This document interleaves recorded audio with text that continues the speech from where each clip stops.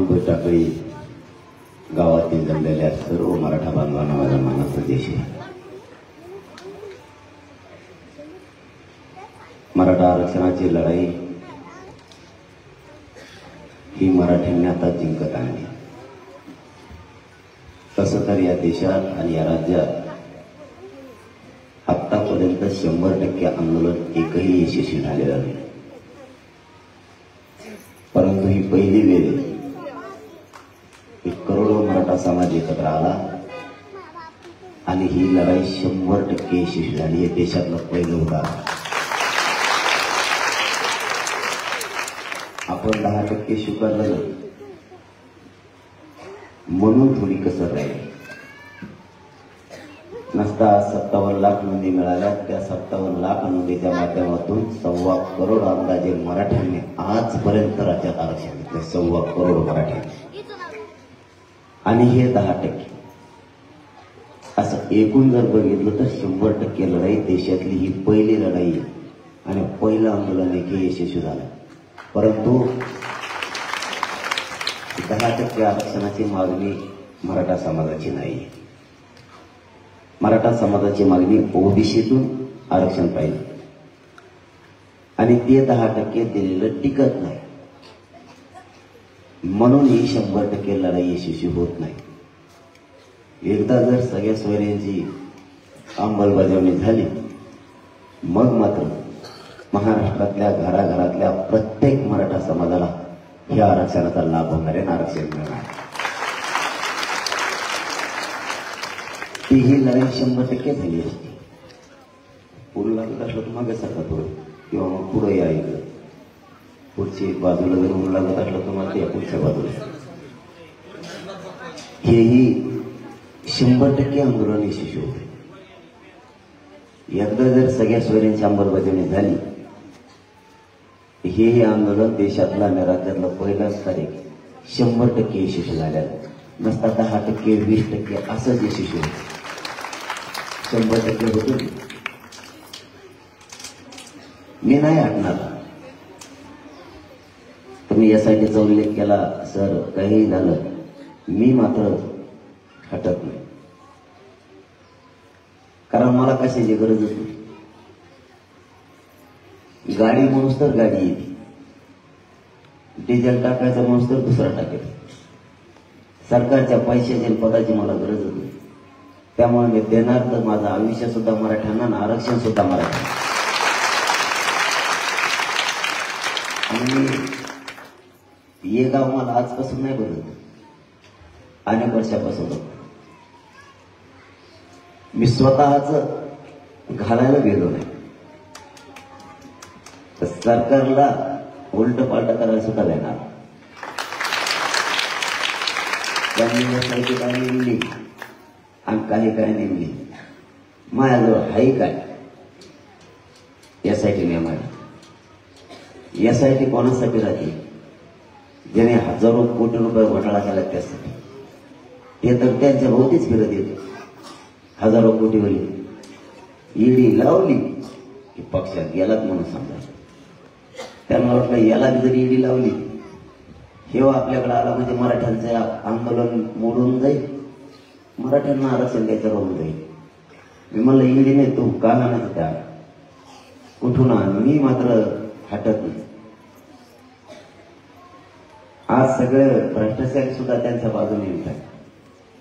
त्यांना नाही यासाठी मला लावले. माझ्याजवळ काय मग जर पाकिट आणलं ना तर चोराने तर चोरा सुद्धा 2 दिवस भागत जात नाही. एवढा लोड येतो त्याला. त्याला वाटतं का बेकार गिरायला लागलं होईल. कधीच त्याचा खाली हात गेला नसतो. पण महापाकिट जर हाणलं तर चोर सुद्धा टेन्शन मध्ये येतो. माझ्याजवळ आहे का? माझ्या घरावर सिमेंटाचे पत्रे वाटते याला नेतो टाकतो काय घरावर. ते भंगारात बी विकत नाही.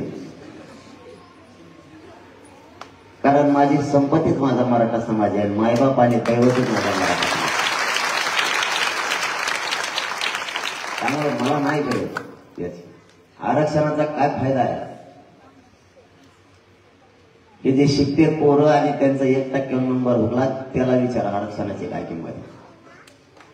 ज्या बापानं ज्या आईनं कर्ज काढून पोरं शिकवले त्यांना विचारा आरक्षणाची काय किंमत. तुम्ही वाट्यावर बसून चव्हाट्यावर बसून गप्पा मारणार, तुम्हाला नाही करणार.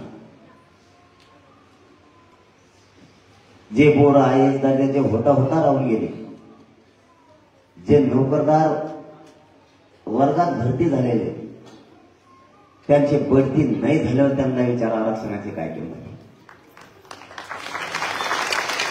आणि मग हा संघर्ष कोणासाठी चालू? मी एवढी सरकारची दुश्मनी पत्करली का मराठा समाज मोठा व्हावा? नुसती सत्ता नाही माझ्या विरोधात गेली, विरोधी पक्ष सुद्धा माझ्या विरोधात गेला आणि माझ्या समाजाच्या सुद्धा विरोधात गेला. एक बाजू गेली तर माणूस मानतो, एक जण विरोधात गेला, पण विरोधी पक्ष सुद्धा माझ्या विरोधात आहे आणि माझ्या जातीच्या सुद्धा. ए गुळगुळ, आरक्षण नाही पाहिजे तुला.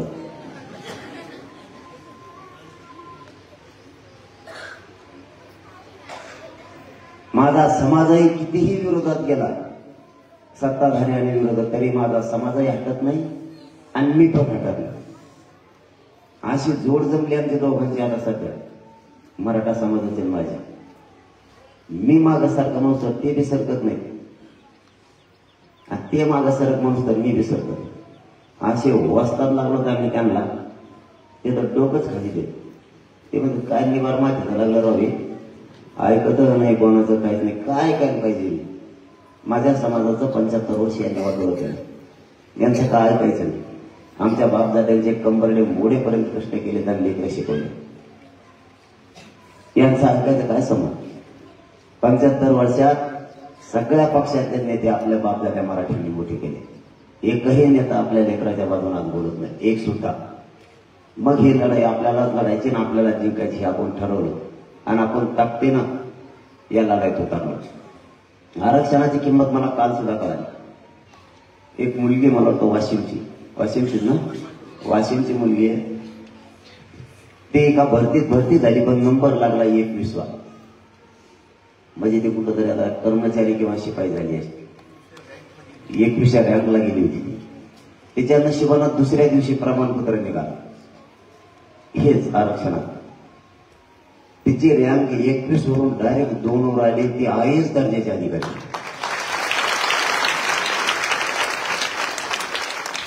ती मुलगी बोलताना सुद्धा रडत होती. इतकं नशीब बदलतं. आरक्षणात एवढी ताकद आहे.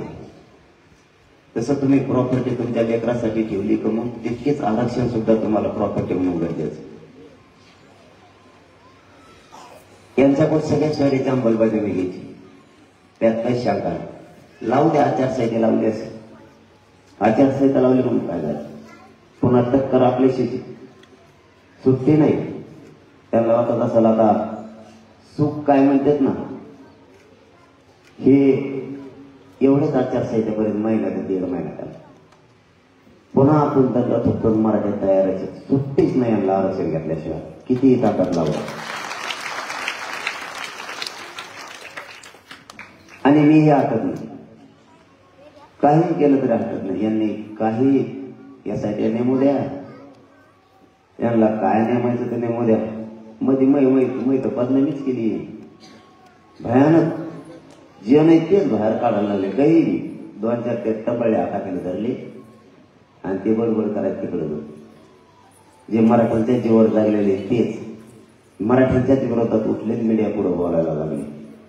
थोडेफार पैसे दिले असतील, त्या पैशासाठी जात विकायला लागला तुम्ही. मी आजपर्यंत नाही जात विकली. मी काही चूक नाही करत. इमानदारीनं माझ्या समाजाचा लढा लढतोय म्हणजे मी काय चूक केली का? मी माझ्या समाजावर निष्ठा ठेवली म्हणजे चूक केली? मी माझ्या समाजाच्या पोराला आरक्षण लागतंय ते मागतोय म्हणून मी काही चूक केली का? मी नेमकं केलं काय? मी माझी इमानदारी किंवा माझ्या समाजाला विकून मी नाही मोठा होऊ शकत. माझे 2 लेकरं सुखात राहते. मग करोडो पोरांचं जर वाटलं झालं ते पाप डोक्यात घेऊन रस्त्याने मी जायचं कसं? त्यामुळे मी नाही बदलू शकत त्यांना. त्यांनी खूप षडयंत्र लावले माझ्या विरोधात, खूप काय. आपण मुंबईला चाललो होतो त्याच वेळेस त्यांनी मोठे ट्रॅक लावले होते बदनाम करण्यासाठी. तेही आपल्याला माहीत झाल्यामुळे त्यांच्या लक्षात आलं की याला आमदार मंत्र्यासह नावं माहीत झाले, तेव्हा आपलं वाजवून टाकले. ते ट्रॅक त्यांनी बंद केले. मध्ये पुन्हा सुरुवात केली. खोटे गुन्हे दाखल करणं, बोर्ड काढणं, जेसीप्या लावल्या त्या विरोधात गुन्हे दाखल करणं. मला जेसीप्याचं गणितच नाही कळालं. आणखी मी मराठ्याच्या पोराला सांगतोय तुम्ही जेसीप्या लावू नका, पण पोटे लय कालागारी ते लावल्याशिवाय राहतच नाही. त्या पिंपळनेरला गुन्हे दाखल झाले जेसीपीवर. मग तर वसमतवाल्याने 250 ते 300 जेसीप्या लावल्या. हो द्या म्हणजे काय व्हायचं, म्हणजे मराठ्या नाही का. पण मला ते जेसीपीचा एक प्रोग्राम कळाला नाही. सरकारला नेट काय, जेसीप्या आमच्या, फुलं आमचे, माणसं आमची, पैसे आमचे, डिझेल आमचं, भाडं आम्ही त्यांना, मागणी आमची, रस्ते आमचे. मग तुला मुंबईपासून काय व्हायला लागलं नेमकं? त्यांच्या एका नेत्यावर फुलं नाही टाकलं, त्याला आम्ही काय करू? त्यांचे ते अमित शहा साहेब आलते ना संभाजीनगरला, आणि यवतमाळला पुढं ते मोदी साहेब आले, त्यांच्या टकोऱ्यावर फुलं नाही टाकली, त्यांनी काय करू? तुम्ही आनंद 200-300 टन वातावरून 200 टन त्यांच्या टकोऱ्यावर, त्याला आम्ही काय करावं?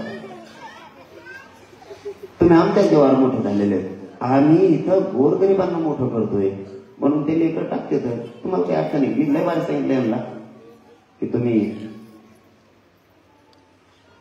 त्याची शिका लावू नका, तुम्ही हरही ठेवू नका, पण ते ऐकतच नाही. त्याला मी काय करणार? आत्महत्याग्रस्तांचा विषय मी ज्याच्या आत्महत्या मला कळाल्या जवळपास शक्यतो 90% मी भीती दिल्यात. पण महाराष्ट्रातल्या कानाकोटात असल्यामुळं करता मी एकटाच.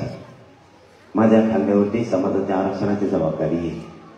आत्महत्या केलेल्या कुटुंबाच्या परिवाराचे सुद्धा न्याय मिळवून द्यायची जबाबदारी. विरोध्यांनाही मलाच डोका लावावं, सरकारशी मलाच डोका लावायला लागतं. बैठका कार्यक्रम याला हेही मलाच घ्यावे लागते. मी जाणून बुजून टाळत नाही, पण कळालं की त्याच दिवशी त्याला न्याय देतो. थेट मुख्यमंत्र्यांना सांगून, आत्ताही मी मुख्यमंत्र्यांना सांगितले आत्महत्येच्याबद्दल, ते तातडीनं मार्ग लागले. हे बघा, काही नावेलाजी होऊ नये, घटना व्हायलाच नाही पाहिजे. मी पहिल्यापासून सांगतो आत्महत्या करू नका, परंतु आपली सुद्धा जबाबदारी गाव म्हणून. जर एखादी आत्महत्या झाली तर एक कुटुंब आपल्या गावाला सांभाळून आले मोठी गोष्ट नाही. नाही सरकारनं दिलं तर कोणाच्या जीवावर राहायची काही गरज नाही. आपण जर मनावर घेतलं, त्या घरातला करता पुरुष गेला, त्या आई बहिणीच्या कंपाळाचं कुंकू पुसलं, तिचे लेकरं उघड्यावर पडले, याची त्याची वाट बघण्यापेक्षा सरकारची कोणाची मदत देईल का नाही, नुसते गावाने जरी ठरवलं तरी 2 पिढ्या त्याला मदत होईल एवढी ताकद आपल्या सुद्धा गावात आहे. आपणही सगळेजण त्या बलिदान गेलेल्या कुटुंबाच्या पाठीशी उभा राहायचा. कारण त्यांचं शेवटी लेकराला कोणीच नसतं गेल्याच्या नंतर. त्यांनी आत्महत्या केली आपल्याला न्याय मिळावा म्हणून, आपल्याला आरक्षण मिळावं म्हणून. आपणही सगळ्या परिसरानं गावकऱ्यांनी त्या कुटुंबाच्या पाठीशी उभा राहायला पाहिजे. नुसता तो गेला आणि त्यानंतर लक्षच नाही दिलं तर इथून पुढं काम करणारे लोक सुद्धा तयार नाही होणार. आपणही सगळ्यांना कुटुंब कळवतो, नाही माझे ज्यांनी एखादं झालं तर तुम्ही पुढं होऊन स्वतःचा मुलगा म्हणून समाजाने सुद्धा काम करा. तुम्हाला काय हरकत नाही. समाजाच्या लेकरासाठी तुम्ही पण मायबाप म्हणून त्या कुटुंबाच्या पाठीशी उभा राहता. सगळे गावकरी आपल्यात असणारे मोठे मोठे काही माणसं आहेत त्यांनी सुद्धा उभं राहिलं पाहिजे. मी तर लेकरू म्हणून काम करतोय, मी कुठंच कमी पडणार नाही. हा माझा शब्द आहे तुम्हाला. आत्महत्या दिलेल्या बांधवांच्या कुटुंबाला मी जिवंत आहे तोपर्यंत कधीच कमी नाही पडणार. आणि सरकार स्तरावर त्यांना मदत मिळण्यासाठी रात्रंदिवस प्रयत्न करतो. परंतु उगाच कशासाठी नाराजी दाखल करतो ना. त्यांच्या पाठीशी सगळा समाज आहे. आपण सुद्धा रात्रंदिवस. पहिले सुद्धा 43 बांधव बलिदान दिले होते एक 4-5 वर्षापूर्वी. त्यांच्यासाठी सुद्धा मी 3.5 महिने सलग आंदोलन करून लढलो आणि त्यांना न्याय मिळवून दिला. त्याच्यात काही शंका नाही. मात्र तुम्हाला एक या बैठकीच्या माध्यमातून सांगायचं, पण मला एक कळत नाही. काकाला म्हणून बैठकी घेतो आणि तुम्ही सवाल घेतल्यासाठी घेतली. बैठकीची बोलली होती आम्ही. पुरं गावात जमलंय तुमच्या नोंदी निघाल्या नाही कसं तुमचं जळलं तुमच्या नामची का भावती होती काय आमचा तपास लागणार कोणकडे मग सगळे सोयऱ्यावरून टाकलेले काय आता एकदा जर सोयऱ्याचं अंमलबजावणी झाली की सोयऱ्या मेहनत म्हणायचे त्याच्यात दार जाऊन बस उठायचं नाही त्याला ती म्हणायची पुस्तक सर मारायचं 50 रुपयाचं पेट्रोल टाका त्याला चहा पाजा एकदा आपलं काढून घ्या त्याला परत येऊन सोडा आणि सोडतात तिथं पैसे सगळ्या सोयऱ्या शिवसारख्याला सुट्टी नाही काल परत एक माहिती मिळाली महाराष्ट्राचं आंतरवालीसह महाराष्ट्राचे सगळे मागे घेतले मुख्यमंत्र्यांनी मला मात्र आणखी अधिकृत माहिती नाही माझ्यापर्यंत सरकारच्या वतीनं अधिकृत पत्र आलेलं नाही फोन आले सरकारचे कोणी ते सगळ्यांचे सुरू 2-3 दिवसापासून चांगला कुठल्या ते मायमान हे कोट्याने व्यापार आहेत ना हे निवडणुकीत ते धरलं जमा आम्हाला म्हटले फॉर्मच भरायचं म्हणजे सगळे आता इतके फॉर्म भरल्यावर तुम्हाला चिन्ह काय द्यायचं नाही आता एका मतदारसंघातून 20,000 फॉर्म भरल्यावर त्यांना चिन्ह नको म्हणायचं कांदा बटाटो टमाटो गोटे गाठी आणि आपल्या चिन्हामध्ये ते सापडते का नसलेली भजी की नाही कोण डोकं लावतोय कोण नाही डोंगर नाही मग आणायचं का नाही त्याला ढकलून मारा कारण आपल्याला काय राजकारणातलं नाही कळत पहिले तराच जाईल कोणाला ते फोन करतात मला तिथून मुंबईतून ते मला म्हणते होय तुम्ही फॉर्म भरणार का काय मराठीत लोक मला नाही म्हणजे भरणार त्या दोन्हीसाठी ते फुल टेन्शन मध्ये हे काय होत काय नाही आणि काय काय पोरं ते सोशल मीडियावर काही टाकी ते तर मुंबईत जात होते तशी तर मुंबईला इकडे भजी गेले बाबा माहिती तुम्ही सरकार कशाला मला मुंबईत जायच्या आधी आजच माझ्या फुल करून बसते मंत्र्याच्या तारात भात शिजायची एका जर मला व्यापी गेले तिथं आंघोळ करायचं 2 घंटे झालं तरी आंघोळ संपाय त्याला जर दाराच्या बाहेर येत आहे ना आणि कुंकड जात आहे ना 8-8 बारे साबण लावली ती मला साबण संपूस तर आंघोळच नाही संपायची फुल लोड मध्ये सगळे ती 1 पीस काय हरलं मी चिठ्ठ्याला घेतो बघ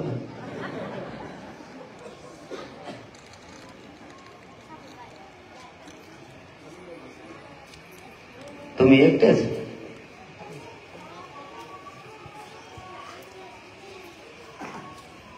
मी नाही सांगत बा मी नाही सांगत म्हणून ते मार्गच नाही आपला ते आता समाज ठरवून काय मी समाजाचा मालक नाही समाज माझा मालक माझं फक्त एकच स्वप्न आहे फक्त आपलं एकच स्वप्न आहे गोरगरिबांच्या लेकरांना आरक्षण देऊ त्यांना क्लास 1 पासून क्लास 4 आणि IPS दर्जाचे अधिकारी झालेले मराठीचे लेकर आरक्षण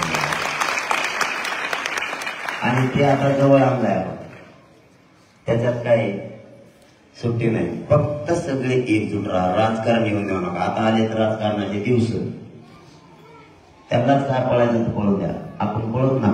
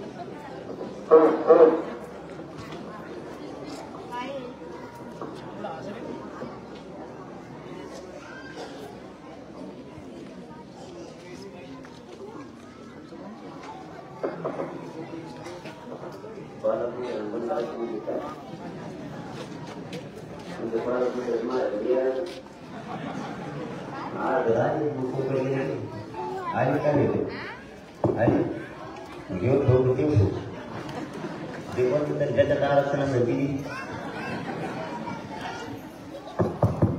पालकमंत्र्यात नाव घेतलं नाही होत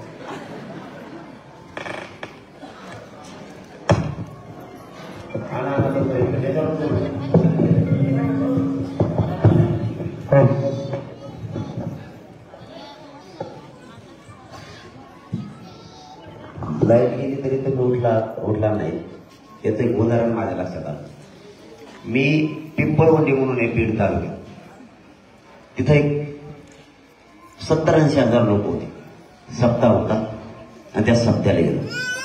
मराठा किती ताकदीने एकजूट आला हे उदाहरण सांगतो तुम्हाला. एकदा जर काल्याचं कीर्तन झालं की लोक नीट पंक्तीवर भिडत येत.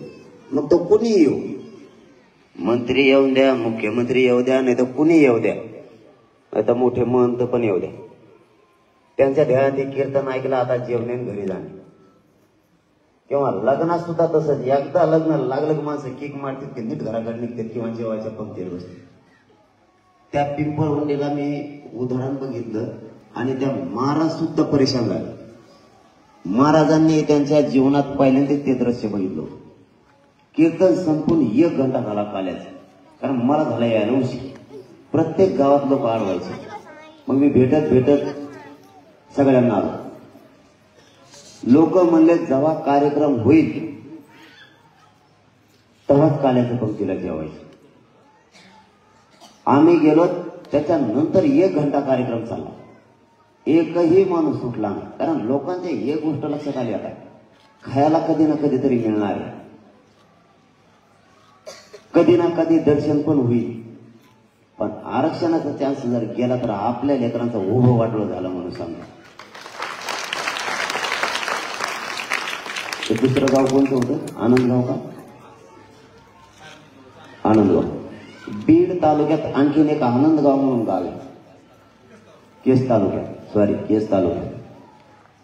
तिथं कार्यक्रम होता आणि अगोदरच्या दिवशी सकाळी, म्हणजे कार्यक्रम उद्या आहे म्हणून आज सकाळी तिथला एक मुलगा ऍक्सिडेंट मध्ये वारला. त्यांनी मला सांगितलंच नाही. तो मुलगा, आता हे सांगायला सुद्धा इतकं काळजावर दगड ठेवल्यासारखं वाटतंय. आई बापाने गावाने तो मुलगा तसाच हॉस्पिटलला ठेवला. मौत उद्या करू म्हणजे कार्यक्रम झाल्यावर, हे कोणालाच माहिती. व्यासपीठावर चढताना मला कोणीतरी कानात सांगितलं, इथं मुलगा काल ऍक्सिडेंट मध्ये झालाय. आणि आई बापानं मुलाच्या सुद्धा त्यांचं म्हणणं होतं आमचं लेकरू तर गेलंच, आता ते काय आणलं काय ठेवलं काय परत नाही येणार. पण समाजाचा कार्यक्रम आहे, समाजाच्या लेकराचं चांगलं होणार आहे. तुम्ही कार्यक्रम उरकून घ्या, त्याच्यानंतर आपण अंत्यसंस्कार करू. साहेब, हे साधी गोष्ट नाहीये. हे खूप भयान विषय. त्या आईबापानं आणि गावानं एवढा दुःखाचा डोंगर गावावर असताना काळजावर दगड कसा ठेवला असं मला कळताच नाही. मी 1 मिनिट सुद्धा लागू दिला नाही. व्यासपीठात खाली उतरलो. म्हणलं मी इतक्या दुःख, तुमचं लेकरू का आमचं लेकरू वेगळं नाहीये. मी आनंदात कार्यक्रम नाही घेऊ शकत, हे दुःख आहे. मी इथं भाषण ठोकत बसायचं हे मला शोभत नाही. मी नाही कार्यक्रम घेऊ शकत, कारण ते लेकरू कोणाचं ना कोणाचं तरी होतं. ते आपलंही आहे, त्यांचंही म्हणजे आपलं नाही असं नाही. इतका मराठा समाज एकजूट झालाय सध्या राज्यातला लेकरांसाठी. तुम्हाला एवढीच विनंती, अशीच एकजूट ठेवा, आरक्षण मिळेल. 2च गोष्टी करा मराठ्यांनी. जाता जाता आता तुम्हाला एवढंच सांगतो, 2च गोष्टी करा मराठ्यांनी फक्त. आपल्या लेकराला आयुष्याचं आरक्षण मिळूस तर राजकारण याच्यात येऊन देऊ नका. कारण इथं राजकारणी मराठा आरक्षण घेणार आहे, नोकरदार मराठाही घेणार आहे, शेतकरी कष्टकरी मराठाही घेणार आहे, व्यावसायिक मराठा सुद्धा घेणार आहे. सगळाच मराठा आरक्षण घेणार आहे. मग तुम्ही राजकारण आणता कशासाठी? तुमच्या नेत्याकडून बोलायला जाताल तुम्ही तर तुमचा नेता मोठा होईल, तुमच्या पोराला उसं तोडायची वेळ येईल. आज नेत्याकडून बोलायची वेळ नाही, आज जातीकडून बोलायची वेळ आहे. आणि नेत्याची परिस्थिती आत्ताची अशी, ते जातीला बाप मानण्यापेक्षा पक्षाला बाप मानायला लागले. याने जातीला बाप मानलं पाहिजे. मराठीने 2च काम करा आता या एकजुटीत जोरावर. आयुष्याचं पिढ्यांना पारच आपल्या लेकरांना आरक्षण मिळवून द्या. तुमच्या लेकराचं आयुष्यभर कल्याण नाही. आणि मराठ्यांच्या पोरांना आणि लोकांनी सगळ्यांनी व्यसनापासून लांब जा. आपली प्रगती देशात कोणीच रोखू शकणार नाही, कोणी. फक्त व्यसनापासून लांब जा. आपले संसार सुद्धा सुखी नाही. आपले पाहुणेरावळे आपल्याला नीट बोलत नाही. आपला मित्र परिवार बी आपल्यापासून तुटायला लागला. व्यसनापासून लांब जा. आणि मी तर 9 वाजले का 9च्या पुढे हातात हात द्यायचाच बंद केला. त्यांनी टाकलेले असते काकानं ते हातात हात घेतले नीट बोलत नाही मला. मी मोबाईलकडे बघतो तरी मला म्हणतो मोबाईलकडे बघ ना, एक फोटो काढूस. मग हातात हात घेतो सतत फोटो काढतो मलाच घोडे लागते. इतकी भयान परिस्थिती. फक्त व्यसनापासून लांब गेलो आणि आरक्षण मिळवून दिलं का आपल्या समाजाची प्रगती कोणीच रोखू शकणार नाही. माझी काळजी नका करू, मी नाही हटत आता. यांनी यासाठी लावू द्या, नाही तर काय लावायचं ते लावू द्या. मी जेलमध्ये सडन तुम्हाला शब्द देतो, पण तुमच्या लेकराला आरक्षण दिल्याशिवाय 1 इंच सुद्धा माग असणार नाही. आणि त्यांना मला जेलला नेणं एवढं सोपं नाही. मराठ्यांच्या करोडोचा आग्यामुळे त्यांच्या अंगावर पडणार आहे. एवढी सोपी गोष्ट नाहीये. मी जायला नाही देत. याला जेलला नाव द्या, कुठं न्यायचं नाव द्या. आता तर नवीनच डाव आणलाय त्यांनी. सगळे डाव मोडलेत मी, त्यांचे षडयंत्र सगळे मोडलेत. आता एक नवीनच डाव आणलाय. काहीतरी मग म्हणले व्हिडिओ तयार करणार, तर रेकॉर्डिंग तयार करून व्हायरल करणार सरकार. ते नाही का काहीतरी कट करता येतं ना त्याला, काय म्हणते, याचं मुंडकं त्याला बसायचं, त्याचं मुंडकं याला बसायचं, मला बदनाम करायचं. सरकार नाही, सरकारचा बाप जरी आला ना म्हणत जरा की हटत नसतो मराठ्यांपाशी. तुला काय बदनामी करायची कर, पण मी हटतच नाही. आता तर हटतच नाही. तुला काय करायचं, कोणते व्हिडिओ टाकायचे ते टाके. आता तर मी हटतच नाही. मी काय वाईट केलंय समाजासाठी? 24 घंटे जीव माझा तळ हातावर घेऊन मी लढतोय. मरायला सुद्धा देत नाही. कोणत्या दिवशी उपोषणात अटॅक येईल हे सुद्धा माहित नाही. तरीही मी मागे सरकत नाही. कारण मला माहिती आहे मरायला प्रत्येक जणच आलाय. असं तसं मरण्यापेक्षा समाजासाठी बलिदान गेलं म्हणून काय फरक पडला. पण करोडो लेकरं मराठ्यांचे सुखी होणार आहेत, आनंदी होणार आहेत. ते सावलीत बसतील, त्यांच्या अंगावर वरती बघायची. फक्त देवाकडे मी सध्या एकच प्रार्थना करतो, हे उपोषण झाल्यापासून आरक्षण मिळूच तर फक्त माझ्या शरीराला मला साथ द्यावी. यांच्या मुंडक्यावर पाय देऊनच आरक्षण देतो, यांना सोडतच नाही आता. कारण माझं शरीर मला कुठलंच साथ देत नाही सध्या. मी घरही बघत नाही, दारही बघत नाही. तुम्ही सांगितलं ते खरंय. मी जरी 7 महिने झाला आणखी उंबरा ओलांडला नसला तरी मी या समाजाला मायबाप मानलेला आहे, दैवत मानलेलं आहे. माझ्या आईबापाची मला कधीच आठवण या समाजाने येऊ दिली नाही. इतकी माया आणि प्रेम माझ्यावर करत गेले. मी खूप नशीबवान आहे. मी त्रास सुद्धा तितकाच भोगलेला आहे, पण मी हटलो नाही. मुलीचं दुखतंय पण हे खरंय, मी आज जाणार. कारण भेटणं गरजेचं आहे. एकजूट राहा. आरक्षण घेतल्याशिवाय आपल्याला हटायचं नाही. गावोगाव आसपासच्या गावाला सुद्धा सांगा, सगळ्यांना विनंती करा एकजूट राहायचंय म्हणून. आणि 24 तारखेला आपण बैठक लावली. पुढं काय करायचं, पुढची भूमिका काय, पुढची दिशा काय ठरवायची, यासाठी आपण 24 तारखेला आंतरवालीला बैठक लावली. आपण 900 करोडची सभा घेणार आहेत आता. कारण सरकारनं आपल्याला फसवलेलं आहे. सरकारला नीट केल्याशिवाय आपल्याला पर्याय नाही. सरकार कायद्याने छटायला लागले आपल्याला. आपल्याला सुद्धा सरकारला कायद्याने छटायचे आता. कायदा त्यांच्यासाठी, आपल्यासाठी पण. आम्हाला रोज नोटीस आहे. महाराष्ट्रात जाळपोळ झाली असं त्यांचं म्हणणं आहे. आणि नोटीस आंतरवालीच्या लोकांना. आंतरवालीनं समाजासाठी लढा उभारला आणि त्यांच्यावर दबाव आणायला लागले. त्यांना नोटीस देताना तुम्ही सरकारनं पोलिसांना नोटीस दिल्या का? हल्ला करणाऱ्या त्यांना बक्षिसी दिली. आमच्या आई बहिणीचे डोके फोडले तर त्यांना बढती दिली आणि नोटीस आम्हाला देतात. तुम्हाला सुट्टी नाही. तुम्हाला न्याय समान करावा लागणार आहे. आता ते कायद्याने खेटले, आपणही कायद्याने खेळत. आपण 900 करोडची सभा घेणार. मायबापा, तुम्हाला शेवटची विनंती, तुमच्या लेकरासाठी तुम्हाला लढायचं. जिथं पुढे आपलं ठिकाण ठरणार आहे तिथं गावचे गाव झाडून बसून आले पाहिजेत. लेकरा बाळासह माता मावल्या सगळ्या माणसांनी एकानं इमा करायचा नाही. मराठ्यांची काय शक्ती आहे ती देशाला जगाला एकदा पुन्हा एकदा दाखवून द्यायची. कोणी घरी थांबायचं नाही. एक दिवस सगळ्यांनी कामं बुडवायचे. नोकरदार वर्गांना सुद्धा नोकरी एक दिवस रजा द्यायची. व्यावसायिकांना व्यवसाय बंद ठेवायचे. पण मराठा एकही मागं न राहायला पाहिजे. 24 तारखेला आपल्या परिसरातून मला वाटतं माधुगिरीच्या पद्धतीने जेवणाची व्यवस्था करायला पाहिजे आपण. 24 तारखेला दुपारी बघा, तुम्हाला जर शक्य असलं तर घरात 2-2 भाकरी जास्तीचा टाकायला लावायच्या. भाज्या महाराष्ट्रातून लोक येणार आहेत, ट्रॅक्टरमध्ये भरायच्या ना आंतरवलीला 11 वाजताच्या आत सकाळी आणून घालायचे. असे जर तुमच्याकडचे 5-7 गावं झाले तर ते 24 तारखेची दुपारची व्यवस्था करतील आणि 23 तारखेला सुद्धा महाराष्ट्रातून मुक्कामी येणार आहेत लोक. ते पलीकडचे काही गावं करणार आहेत. कारण आपण पैसा कोणाकडूनच घेत नाही. 2-2, 4-4 भाकरी जर एका एकाने घरातल्या केल्या 2 माणसाच्या, तर येणारा किती समाज असला तरी सुखानं जीवन वापस जातो. 24 तारखेला आसपासचे गावही जागे करा. तुमचंही गावातले सगळ्या बांधवांनी बैठकीला या आणि जितके मित्र आहेत, तितके पाहुणे, जिथपर्यंत तुमचे संपर्क आहेत तिथपर्यंत सांगा या म्हणून. कारण एका गावातून किमान 2 तरी लोक जरी आले ना, तरी बैठकीत काय ठरलंय ते गावात जाऊन गावाची बैठक घेऊन सांगणार आहेत. बैठकीत असं ठरलंय, ते कायद्याने खेटायचं ठरलंय, आपलं वाटोळं करायचं ठरवलंय. आपणही त्यांना कायद्यानेच खेटायचं. त्यांचा बी मग आपल्या लेकरांचं वाटलं तर त्यांचं पण राजकीय करिअरचं वाटलं, त्याला नाविलाज आहे मराठ्यांचा. आणि एवढा मोठा समुदायाच्या विरोधात सरकारनं जाणं त्यांच्यासाठी सोपं नाही. पण मुलं डोळ्यासमोर ठेवा, राजकीय नेता डोळ्यासमोर ठेवू नका. त्याला जर डोळ्यासमोर ठेवलं तर तो मोठा होणार आहे, त्याचे लेकरं मोठं होणार आहे, तुमच्या लेकरांचं उभं आयुष्याचं वाटोळं होणार आहे. त्यामुळे आरक्षण आपल्यासाठी खूप महत्वाचं आहे. तुम्हाला जाता जाता माझा शब्द आहे, माझा जीव जरी गेला तरी तुमच्या लेकरांना आरक्षण देऊ. तुमच्या पोरांच्या डोक्यावर आरक्षणाचा गुलाल टाकल्याशिवाय इंच मागं सरकारणार नाही, शब्द तुम्हाला देतो आणि थांबतो. धन्यवाद. जय श्री.